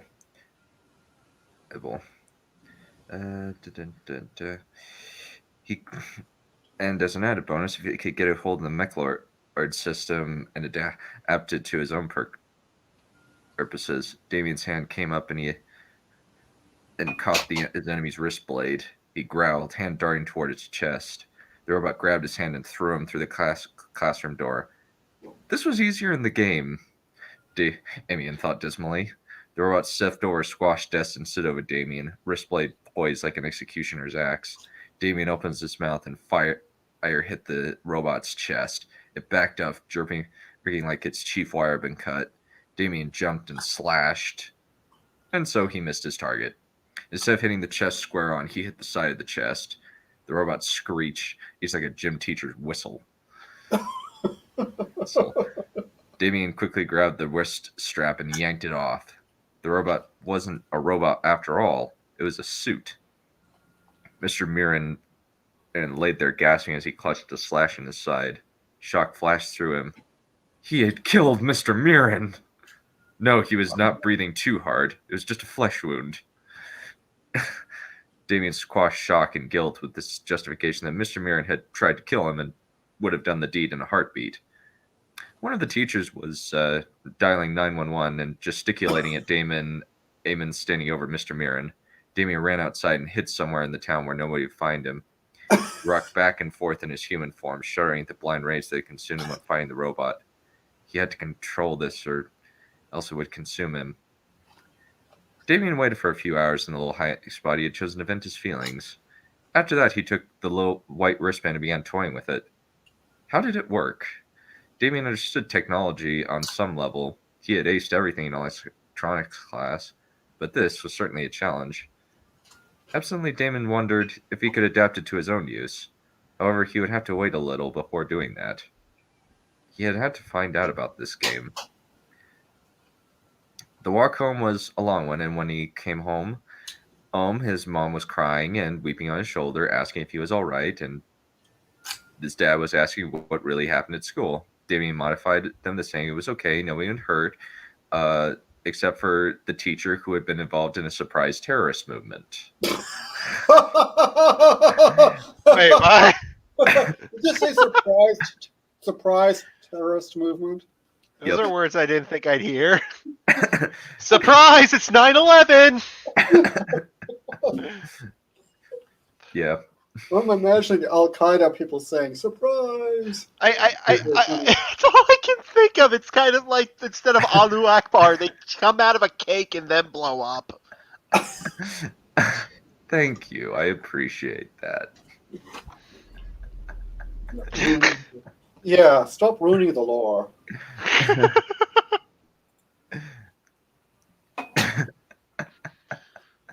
Yeah.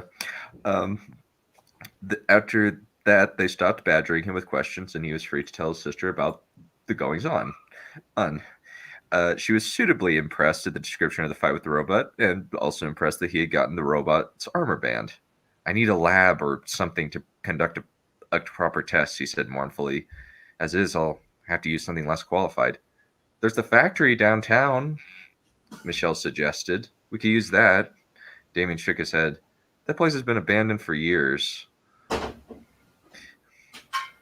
Uh-oh. There's nothing there, he objected. Not lately. Not lately, Michelle added. I saw some lights on one night when I was walking home. Damien looked at his sister as if she were insane. Ain. What are you suggesting? We sneak in when the lights are off and use the equipment without asking? Yes, she said. Damien shook his head in amazement. Now I know why you have a criminal record in the principal's office. A criminal record.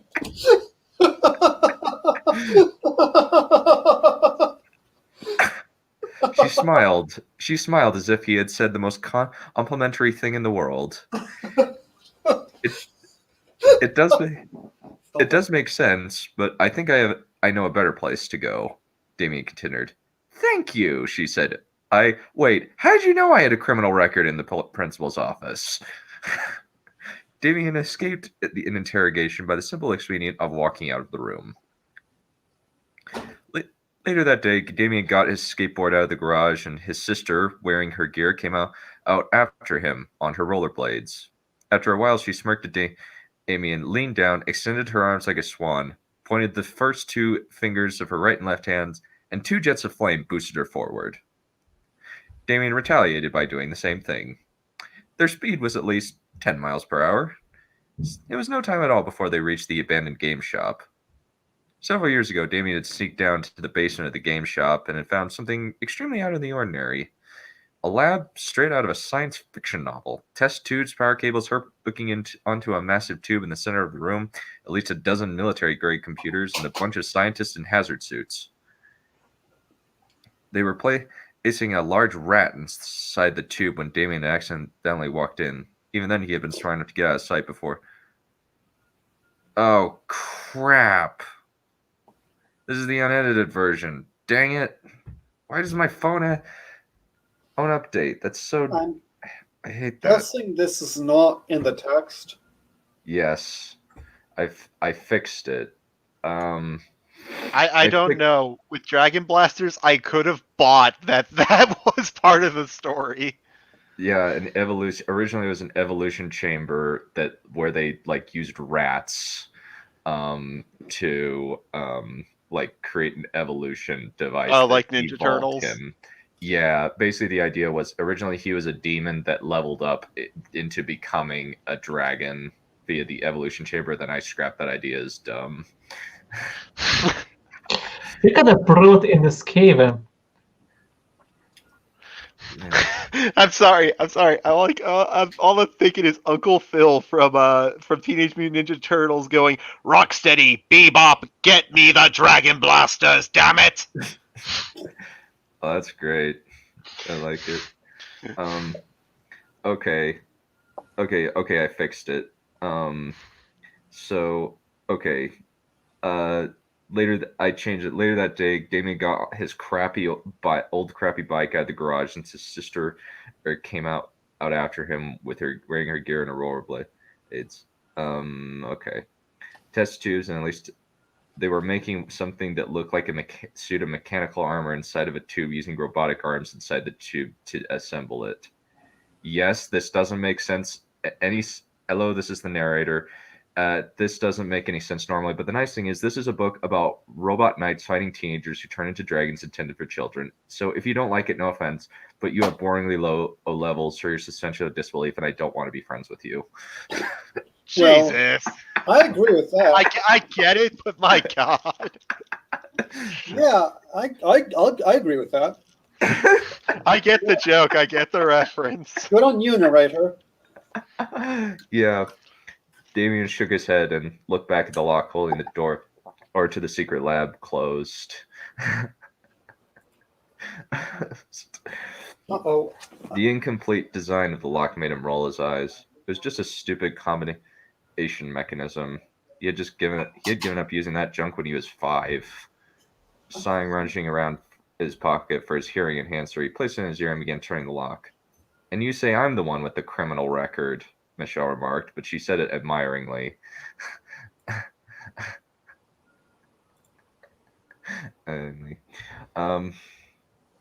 Thanks, Damien muttered.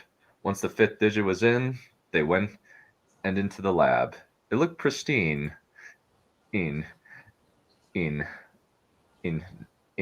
Not at all dilapidated.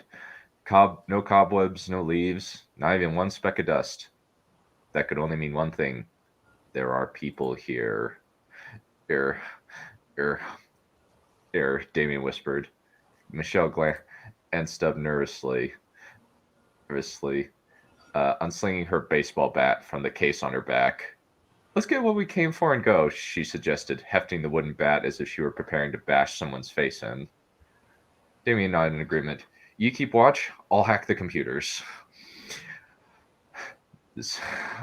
She nodded and took her place behind a stack of crates. First thing he looked for was a computer. Took a little longer than anticipated. But once he found it, he placed the wristband he had taken from Mr. Mirren on the digital converter and watched in sudden silence as they showed a digital readout of the band. Pieces of the armor appeared on screen, giving him an exact readout of the armor. Now the band was hooked up to the computer. Damien knew what he had to do. First, he ran a system he had designed through the band. He called it the Mole because it could undermine any type of firewall or protective software that wasn't military government grade. The computer and the band's protective systems were quickly swept away, leaving it completely open to him. Once the system program had destroyed the protective systems, he placed his hand on the band and watched it turn black and expand into a mini laptop attached to a gauntlet he could wear on his arm. He opened it to find a D symbol spinning on an almost 3D screen. Just to experiment, Damien tapped in a system and the digital readout of a suit of armor appeared on the screen. Damien knew that it was ready, but he needed to figure out how to test it out. However, he had an idea. The lab was extremely high-tech, uniform computers connected to a platform in the center of the room. was something out of a science fiction movie. He had to troll through some heavily encrypted passcodes, but he still managed to glean some useful information from the computers. The platform was apparently a digital printer. For some reason, according to the instructions, the tech in this lab ran on some kind of techno magic. Damien frowned and explored further. It didn't explain exactly how it worked. He licked his lips, then began playing with the controls. Damien? Michelle's whispered shout cut the silence. Before it came again, she came into the room in which she was operating in. There's someone out there, she whispered. Damien picked up the computer and the weird converter thing and followed her up the stairs. He saw some men in white, hooded trench coats walk through the lab with flashlights. Damien watched them through a broken floorboard, even though his sister was tugging his sleeve. He felt an inexplicable anger, even hatred toward these people, but he was also afraid of them. It was extremely irrational that he should feel anything towards them, but it just would not go away. Come on, Michelle tugged his shoulder. Heard again, you need to get out, preferably before we get caught and murdered. Damien watched as one of the men turned on one of the laptops. Damien saw the password that the man logged on to something. Unfortunately, he could not only see the keyboard. Michelle looked really scared now. Damien did not know why he was so interested. Maybe the symbol of the downturned sword on the breast of the coats. Or maybe it was something else. No,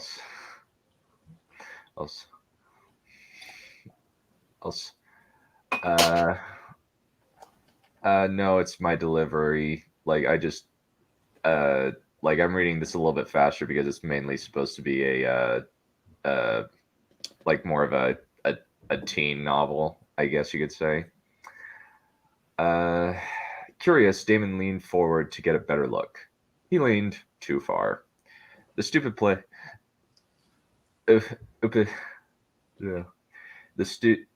planks gave out and he fell down, straight onto the guy on the laptop. Except to add embarrassment, it turned out to be a girl. And there was plenty of injury. Damien's fall had mostly been cushioned by the lady's body, but he had obviously gotten several bruises and had the staffing pulled out of him. The lady had a broken nose, which was bleeding copiously, and an arm that was bent at an odd angle, and a split scalp. Damien got up, then wished he was in detention. 6 people were pointing guns at him. All these weapons looked like they were something out of a science fiction movie. He thought detention was for a month was the better option. At least you could live through detention. What are you doing here? Asked one of the gunmen. It was a girl. Again. Now that he looked, he saw that 3 of them were women, counting the one that was unconscious on the ground. Okay, so this group of people was pretty woke, he guessed. As I said, what are you doing here? She repeated, this time as if he were mentally defective. I was out on the town and decided to break in. Damien replied. You're not going to turn me in, are you? Because I would be really unhappy if you did. One of the girls snickered. Damien smiled at her. She was quite pretty. The question was even more pretty, but Damien would have considered her attractiveness increased if she were not wearing a scowl like a mask and holding what looked like a gun out of a science fiction movie in her right hand. Oh, we won't turn you in, said one of the goons. You won't? Damien said hopefully. The lady adjusted her aim with the gun. No, we'll just kill you right now. What a relief. Oh. It was then that the fireball hit her square in the chest. Michelle covered up her shock with a grin. Lay off my big brother, she growled, raising her fist. The reaction was the opposite of what she had intended. Charge! Screamed one of the girls. It was not very impressive, but it did do the trick. Damien, who wasn't by any means stupid, got into the table and used his legs to catapult it onto the oncoming assassins. 7 on 2, Damien gasped as he backed away. I do not like these odds. Never tell me the odds, big brother, she replied, lobbing another fireball at a goon. She felt her temperature going down gradually, but it was going down. I think I could do something to make the odds more even, Damien said, blasting another goon in the chest. He saw that he winced when he saw it wasn't a guy. Okay, what is it? She asked, dodging a laser beam. Where did these people get their toys from? Michelle made a mental note to leave one for interrogation afterward. Concentrate on yourself like how you would use fire, he said. Michelle concentrated. What could go wrong? Something in her head said she could get set on fire, but that was stupid. She'd been experimenting and fire hadn't hurt her. Yet. She saw the flames spiral around her. It felt so good. Slowly she emerged from the flames as an orange dragon. A double set of wings, one pair feathered and the other bat-like, spread out of her chest. A pair of spines formed her mouth, like an approximation of a chin and long nose. Fangs extending between the spines. She opened her mouth and screeched. This felt good. She had grown to observe that her temperature was like an energy counter on her. The higher her temperature, the more fire she got. Now she felt like she had energy coming out of her ears. She opened her tooth-filled mouth and attacked with a stream of red-hot liquid fire. The white coats dodged aside, priceless expressions of terror on their faces. Whoa, Damien breathed, grabbing one of the bracers off of a fallen goon. Remind me to be extra nice to you. Remember it, Squirt, she growled. Her voice sounded like magma rolling down a volcano. I'm going downstairs, Damien said. There's something I need to do. Hold them off till I get back. Don't worry, Michelle replied. I can handle a few worthless goons. Damien nodded, then dashed down the stairs. Michelle grinned wolfishly, then unhinged her jaws and unleashed a stream of fire. The three leftover goons leaped aside, narrowly dodging the blast. Michelle smirked. Then the goons typed in a command on their wristbands. Then it was a trio of mech lords standing in front of her. Angry mech lords. Oh, shit bleep, Michelle thought. She'd seen the mech lords in action a few times in the game. She had beaten one with Damien's help, but facing all three at once? That would be difficult. Damien dashed down into the abandoned lab. He had barely beaten one mech lord in his dragon form. 3 would be impossible, even with Michelle's help. They needed some kind of advantage. And he had an idea that would give them an edge. Damien carefully set the hacking systems in place and turned them on. Slowly but surely, his Blazer's hacking systems integrated with the pilfer one he'd just gotten, started mixing them together. This is it, he thought, as they were done, then tapped the control panel on his. Maybe this would even the odds. He concentrated and turned into his dragon form, then activated the genome integrator setting on the bracer. Then the pain hit him. It felt like he was being stabbed as the battle armor grafted itself onto him, the device integrating itself with his biomechanical matrix so he could control it with his mind. Then it was over. Gasping, he looked down at himself. He wasn't dead. That was a plus. He was still a dragon. That was a plus. Long claws, clawed back like wings, purple set of scales running down the back of his head to his waist. An impressive set of sharp teeth was the icing on the cake, as the icing on the cake were now augmented with black power armor. Grinning, he flexed his armored claws. Damien held back a triumphant squee. It had worked. He was tricked out and ready to kick some rust bucket ass. Now he was ready to test his new toy. Michelle avoided the seeking tentacles with difficulty. They didn't look like any sea creature tentacles, just energy cords. The mech lords were closing in on her. She had been caught by a mech lord in the game, which had been an unpleasant experience there. She did not know what would happen if one caught her in real life. One of the tentacles grabbed around her leg and began pulling her toward the robot. No bleeping way, she shrieked as a torrent of flame issued from her mouth. The robot moved its right arm in an insultingly contemptuous manner. The fire did squat to the stupid robot. You're pathetic, the robot sneered, and several more tentacles wrapped around her. It hurt like hell. It felt like it was crushing her ribcage.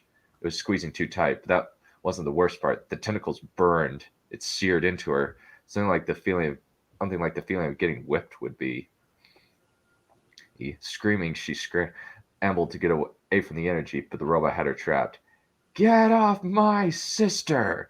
Damien roared and leveled the flat dual cannons on his back at his enemy and fired. The blast was so powerful it knocked the robot off his feet and catapulted it through a window. Damien grinned. The improvements he had made to the system had given him a hot new set of battle armor. 2 large laser cannons on his back, circular blasters on each of his wings, and a long blade attached to his arm. Damien looked around for more mech lords, and then he saw there were 2 aside from the one he had blasted. He examined his sister for injuries. She seemed to be unharmed, aside from a few cuts. Right now. Oh. At the moment, Damien had to turn his attention to the mech lords. They were grouping for the attack. Damien growled and readied himself for a fight. Michelle was awestruck. She'd never seen this type of gear in the game. Wow, she said. That was it. She could say no more on the subject. Damien tossed a wristband to her. Not like the one he had taken from the mech lord earlier. More like a small orange wrist-mounted laptop. Here, it's already ready, Damien explained. Put it on. Michelle pushed herself up. Of course, that was what he had been working on. She typed in the code for her battle gear, and particles swirled around on a circle-shaped bump on one side of the gauntlet. Ready, destruction swather, said in a disembodied voice from the gauntlet. Then she felt the gear appear on her back. It was a pair of jet wings, fitted snugly over her wings, and a suit of power armor appearing over the rest of her. The best part was the concealed Gatling guns that spread out of the wings and over her shoulders. Grinning, she leaped into the air and pointed them at the remaining mech lords. Choke on this, you filthy dick bastards! She yelled, unleashing a rain of blaster fire. Damien's wing blasters fired, sending out multiple beams of light at the enemy. Michelle's gear sent smoke out the back so it wouldn't overheat. Phalanx formation! The mech lord commander yelled. Rapidly, they joined together and formed a force field by raising their right arms. Let's get them, Michelle roared, charging in the flight. No, wait! Damien yelled. Too late. The mech lords broke ranks and suddenly their wrist-mounted swords crackled with electricity. Oh, she bleep! Eep, Michelle exclaimed, dodging the attacks with incredible speed. Bolts of electricity shot toward her, and Damon spread his rings and shot upward. Together? He asked. Together, Michelle nodded forcefully. Let's go. Michelle let loose with an even heavier rain of firepower, causing the enemy to take refuge behind their force field. Once they were trapped, Damien unleashed the full might of his battle gear. His chest plate opened, revealing a circular cannon. His wing blasters charged for a full attack, and he built up the power of the cannons on his back. Once the blast was at max power, he engaged. The mech lords were thrown against the wall, and their armor disintegrated into the wristbands. Damien bent down to pick up some of the equipment that had been dropped. I got what we came for, he said. Let's get the hell out of here. Before they wake up, Michelle agreed. They spread their wings and flapped. The gear instantly propelled them upward, drastically increasing their speed. Once they got home, it was nearly dinner time, but considering what they had just been to, they didn't have much appetite for the steak, potato, and carrots that their mother had served. So as not to stir up questions where they had been all day, the 2 siblings finished their meal quickly and went to their rooms collectively. Once Damien got in, he went to his computer and downloaded some files from the laptop to his computer. He supposed if anyone wanted to get the information off the laptop onto the computer, then deleted the files, he could send them on a wild goose chase. Once that was complete, he scanned a Battle Gear watch and uploaded the hacking protocol into the modified Mechlord wristband. It took a few minutes, but it was worth it. Then he started reconfiguring some of the code to include some the Boomix cannon he'd gotten in the game. Now he was ready. It was only 8:05, so he could do a little research before bed. Damien opened up the pilfered laptop and typed in the password the lady at the laptop had entered. It was a digital environment of a lab, and he could direct the screen to a different spot with the arrow keys. It looked like some sort of movie internet site. Damien entered a few passwords into the computer in front of what looked like an energy source. Once he was logged in, he got into some of the designs of something that looked like a humanoid tank with treads underneath it, a diamond-shaped head, and laser cannon arms. Damien looked to the side and saw the name of the project. Name of Project Reanimation. That sounds ominous, Damien thought. He attempted to get the blueprints, but a classified sign appeared on the screen. After that, he looked around for stuff like blueprints for Mechlord Striker, Mechlord Cavalier, Mechlord Grenadier, but nothing else. Apparently, that was reserved for specific knights. He looked at their energy source. It was called the ML Core. One of the things it contained was an element he had never heard of called Templar Tonium, an energy source that could hold 10 megavolts, enough to power 3 cities. Damien downloaded the blueprints of this amazing energy source and printed them out. He would have to find a substitute for Templatonium, but even if he had time and the right equipment, he couldn't build it. He estimated that whatever powered the battle gear would run out eventually, and it would have to be replaced. He'd have to find out what powered the gear. Damien leaned back and watched the blueprints for the other types of battle gear drew themselves on the screen of his computer. This is going to take a while. And that's the end.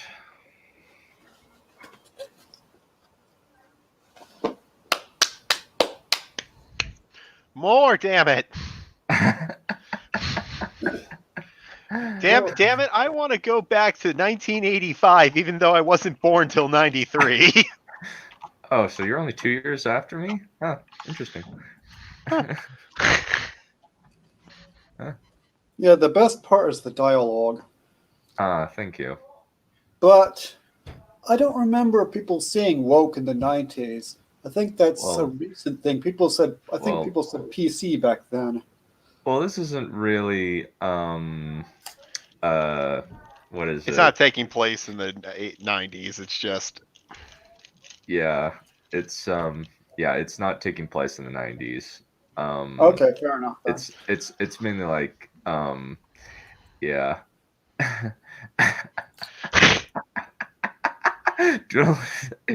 Wait, my main character's female. Damn it, I'm gonna have to rewrite the whole thing. I don't want to be woke. Not to mention, all the characters in my novel are non-white. Fuck! Well, guys, back to the drawing board. We gotta try again. Yep. I need to make mine a lot more racist. Is it? Is it wrong? I just said the best part was the terrorism. Yeah, that part was funny. I actually am thinking it's like Trouble in Terrorist Town. A terrorist, like one of the guys with the mask, just pops out of a cake with an Alu Akbar bomb. Yeah. Well, I think that will conclude things for the day. I'm glad the cult. I'm glad that the cult is alive and well. Is alive and well and appreciates the offering from its benevolent dictator for life. I don't know how this fandom is going to what is it, like, sustain itself on one book, but we'll see. You'll have to make anime versions and that's what I was gonna say. Get on the horn with Moth. Get on the horn with Moth Master and all the whole thing. Get a comic series going. Get if this goes well, get the guys who did Blood Dragon. Like, I have a feeling that kind of art style would work so well for this. Yeah. Lots of neons. Lots of neon. Like, so much neon, you're fucking blind. Yeah. Well, I will definitely next week I'll be reading something more from my upcoming novella, Battle of the Seven Suns. It's kind of just a taster for it. Also, good news for people in the chat. Something that I would like you guys to know is the fact that all of my books are now $4.50 on Kindle. So as to allow you guys to purchase them with ease. So hopefully you guys enjoy what I've written. I've got 11 books, and that should hopefully tide you over until which time as I publish more books. Anyway, I will See you guys later. Adios. Have a